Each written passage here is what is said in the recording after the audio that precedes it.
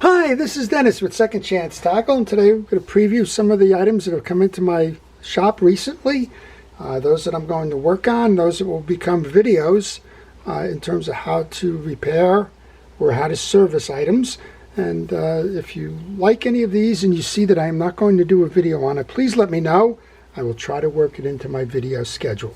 Well, I had a few drop-offs this week, and some of those are in front of us right now. I have two of the older reels that are beauties, but they just are tight.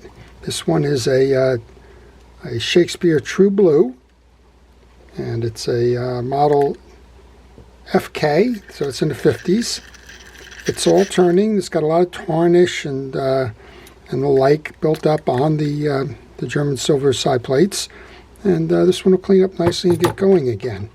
And then with the second one that I have is a Pfluger Skill Cast, and I believe I've done one on this. I like these reels a lot.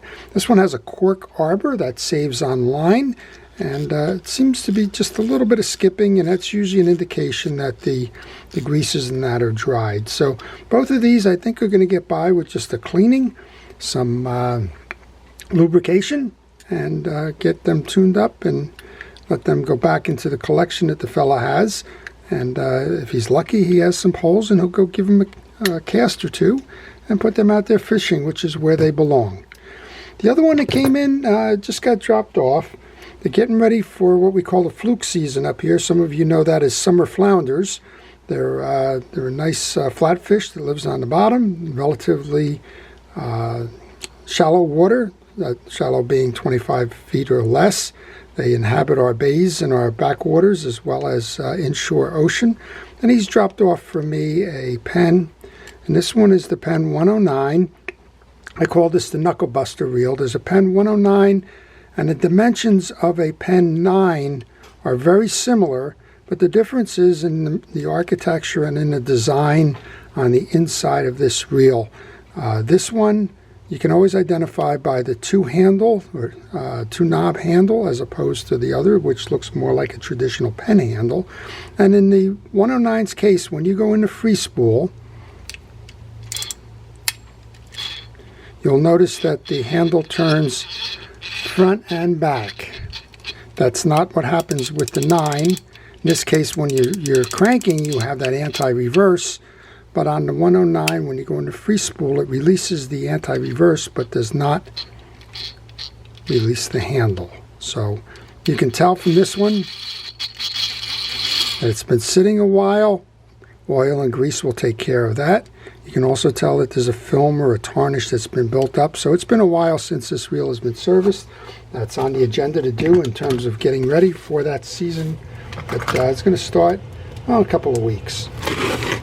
All right, this one comes in from Raleigh, North Carolina. Let's see what we have here.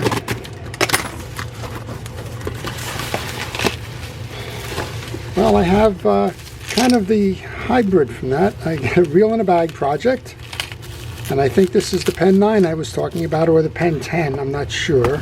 So let's open it up and see what we got without spilling all of those pieces and parts off.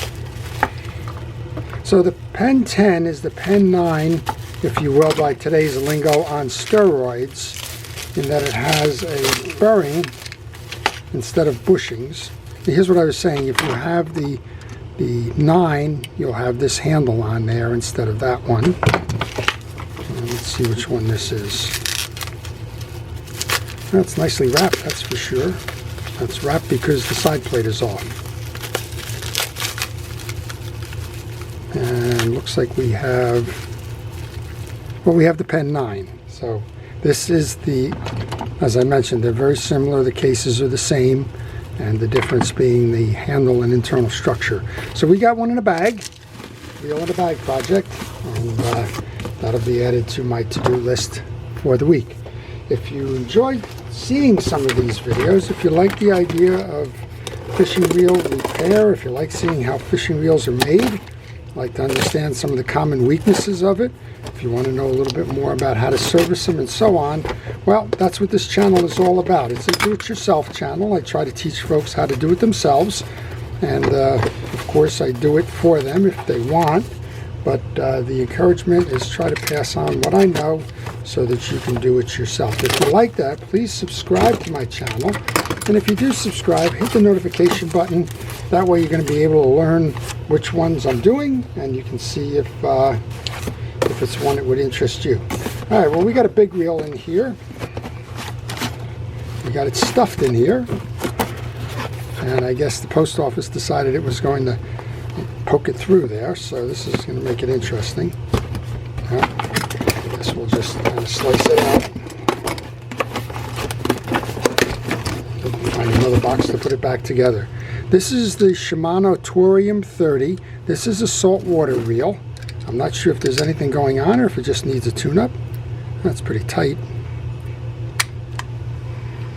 Otherwise, seems to be running okay. Let's see what the drags do. So I'm thinking this is probably just in for a tune-up.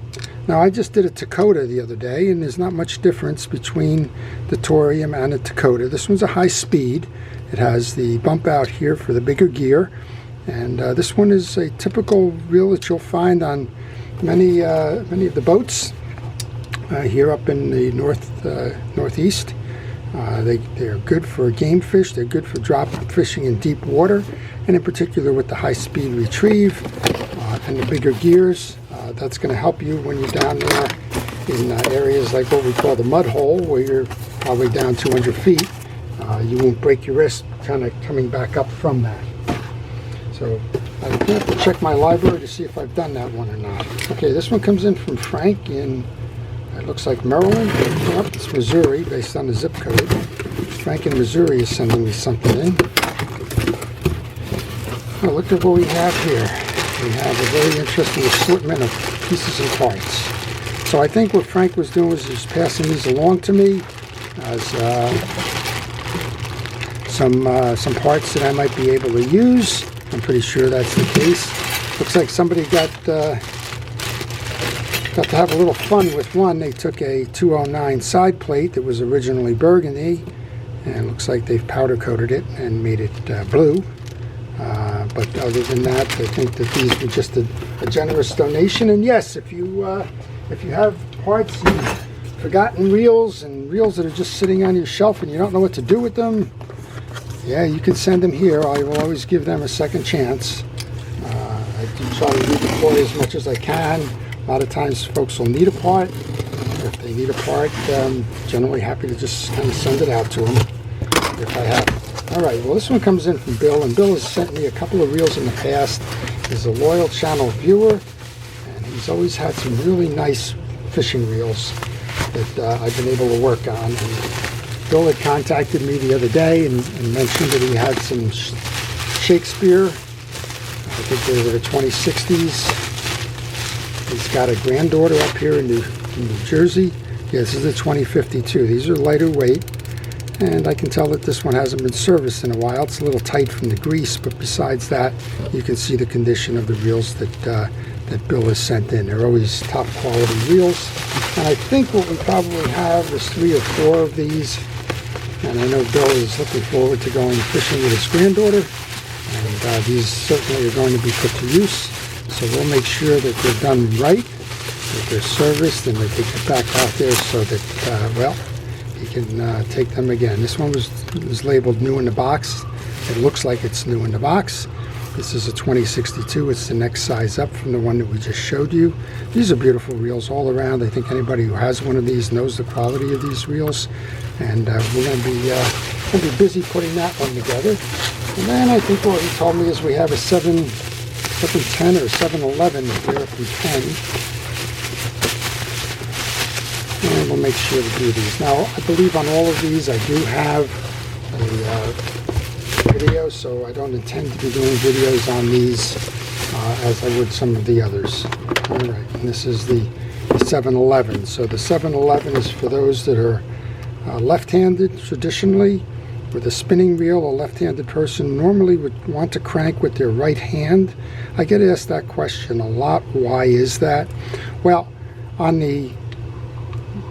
these reels, if you're using your right hand on a conventional reel, typically what you want to use is your power hand as you're cranking. So If you have a reel that's mounted above the pole like this one, your left hand is going to be seated under the pole, and you're going to need the power of your hand to crank the reel.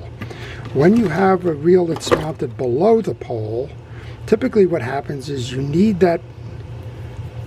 your power hand. This would be the other way if you were right-handed. You need your power hand to hold that pole and to crank, so you're going to have a left-sided mount. Well, it's the opposite on the left-hander. They want their left hand, the power hand, to hold the pole, and use the right hand to crank the reel.